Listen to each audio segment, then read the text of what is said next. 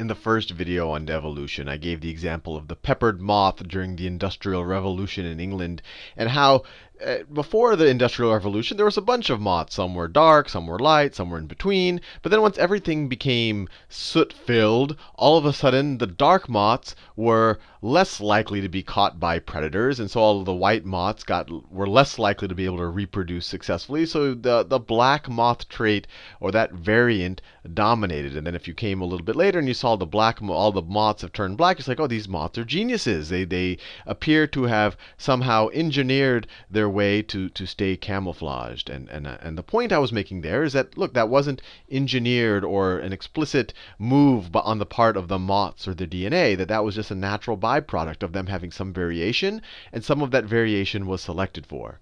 So with that example, that was pretty simple, black or white. But what about more complicated things? So for example, here I've a couple of pictures of what's commonly called the owl butterfly. And what's amazing here, and it's pretty obvious, if I probably don't have to point out to you, is it looks like its wing looks like half of an owl's eye. I mean, I can almost draw a beak here, and draw another wing there, and you can imagine an owl staring at us, right? And here too, I can imagine a beak here, and you'd think an owl, and there too. And so the question is, how does something this good show up randomly? Right? I mean, you could imagine, okay, little spots or black and white or gray, but how does something that looks so much like an eye generate randomly? Now, the answer is, well, there's a couple of answers. One is, why does this eye exist, or this eye-like pattern, or this owl-like eyes pattern? And there, the jury's still out on that. I read a little bit about it on Wikipedia, and these are all of these images I got from Wikipedia. And Wikipedia, they said, look, there's two competing theories here. One theory is that this is, even though to us humans, the way we see things, it looks like an owl's eye, that this is actually a decoy. That this is, when some predator is about to chase wants to eat one of these things, they kind of go for the thing that looks most substantive. So instead of going for the butterfly's body, which is, doesn't look that substantive, they go for the big black thing. They say, oh, that looks like it's protein rich and it'll be a good meal. So they try to snap and bite at that. And if they bite at that, sure, the guy's wings are going to be clipped a little bit and it's going to suck. But the animal itself, the actual butterfly, would survive, and maybe it can repair its wings. I don't know the actual biology of the owl butterfly. That's one theory. And then the argument against that goes, well, no, if that was the case, then you would want the black spot even further back along its, you'd want the spot way far away from the body. You'd want it back here instead of right here, because there's still a chance if something chomps at this little black spot that it'll still get the abdomen of the butterfly. Now, the other theory as to why this exists, and who knows, maybe it's a little bit of both. Maybe both of these are true. Maybe this offers two advantages. The other theory, and this is kind of the one that jumps out at us when we see it, is, hey, this looks like an owl. Maybe this is to scare away the things that are likely to eat this dude. So maybe if, and it does turns out in my reading that they are lizards that like to eat these type of butterflies. And those lizards probably don't like to be around birds or owls because those owls eat them. So that might be deterrent. And then the other example they said is, look, they tend to be eaten by this lizard right here. This is what Wikipedia told me. And that this lizard tends to be eaten by this frog right there, and that the eyes of this butterfly are not too dissimilar to the eyes of this frog. And we can debate whether or not that's the case. And if this was the predator we're trying to mimic, you could make an argument that maybe we would have had more green on our wing. But that's not the point of this video. But it's a fun discussion to have as to what is useful about this eye. But let's have the question, how did that eye come about? And when I say that eye, I mean the pattern on that wing. What set of events allowed this to happen? Because when I described evolution, and we know that everything in our biological kingdom is just a set of proteins, and then stuff that maybe the protein but mainly protein, and that protein's all coded for by DNA. I'm going to do future videos on DNA, but DNA is just a sequence of base pairs. It's a sequence of these molecules, and we represent the adenine and guanine and then cytosine and thymine. Then maybe you have a couple of adenines in a row and some guanine and thymine. And I'll do a lot more on this in the future. But the idea is, it's just coded for by this sequence of these molecules. How do you get a sequence, how do you go from a butterfly that has no eye to all of a sudden an eye that goes there? Obviously, just one change that happens from a random mutation, maybe that G turns into an A, or maybe this C and this T get deleted, so everything, that alone isn't going to develop this beautiful of a pattern, or this useful of a pattern. So how do the random changes explain something that's this intricate? And this is my explanation. And obviously, I wasn't sitting there watching over the thousands or millions of years as these owl butterflies emerged. So this is just my theory of how natural selection does explain this type of phenomenon.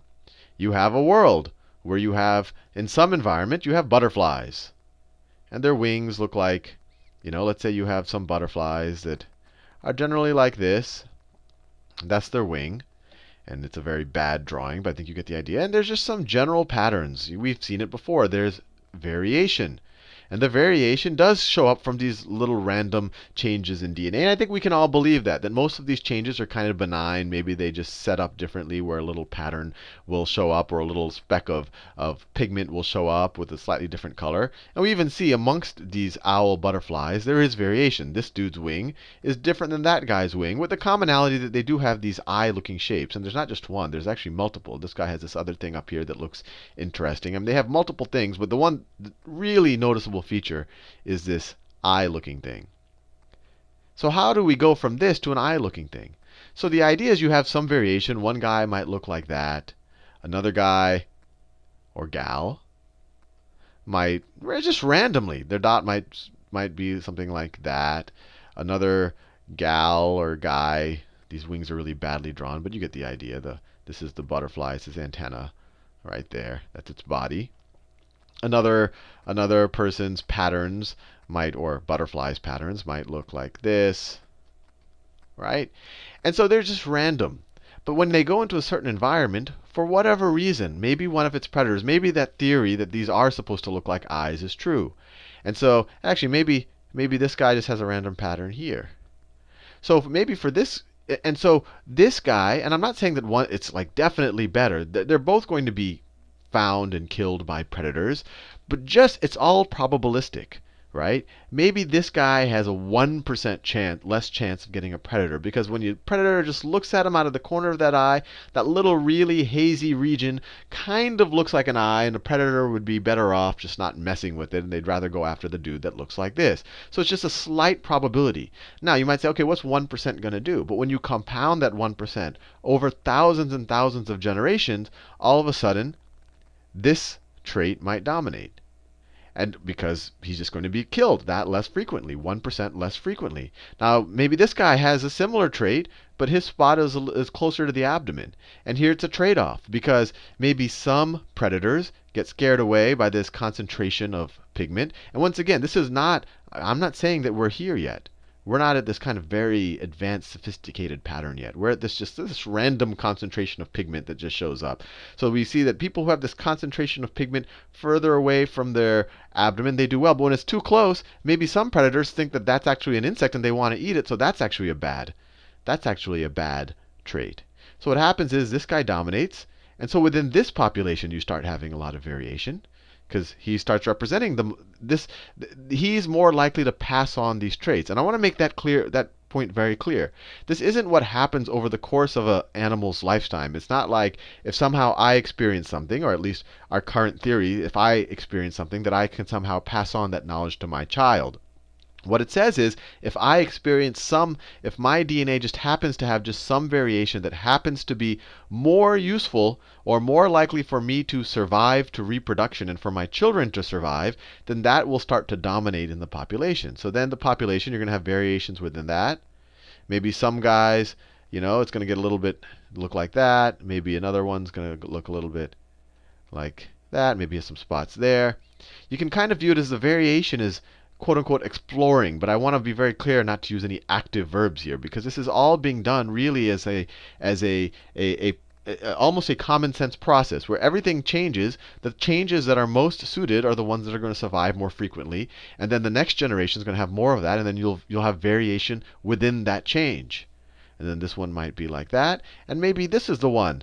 These were good compared to that, but now when you're competing amongst themselves, this one is able to reproduce 1% more than this guy or this guy. And then so this guy becomes, And maybe it's some combination of all the above, and they mix and match. It's a hugely complex system. But then this guy represents most of the population. And when I say this guy, I'm saying this guy's genetic information, at least as which pertains to his wings. And then you get variation amongst that. Maybe some of it, they have a little small dot, and there's some dots around it. Maybe it's like this. Maybe one of them digresses and goes back here, but then he has trouble competing, so he gets knocked out again.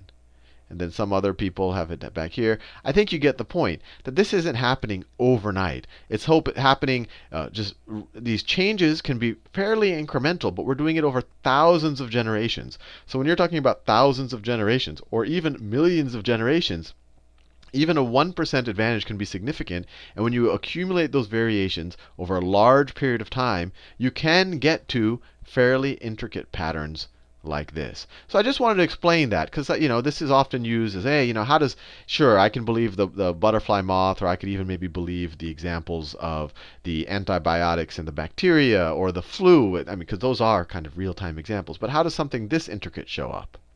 And I actually want to make a point here.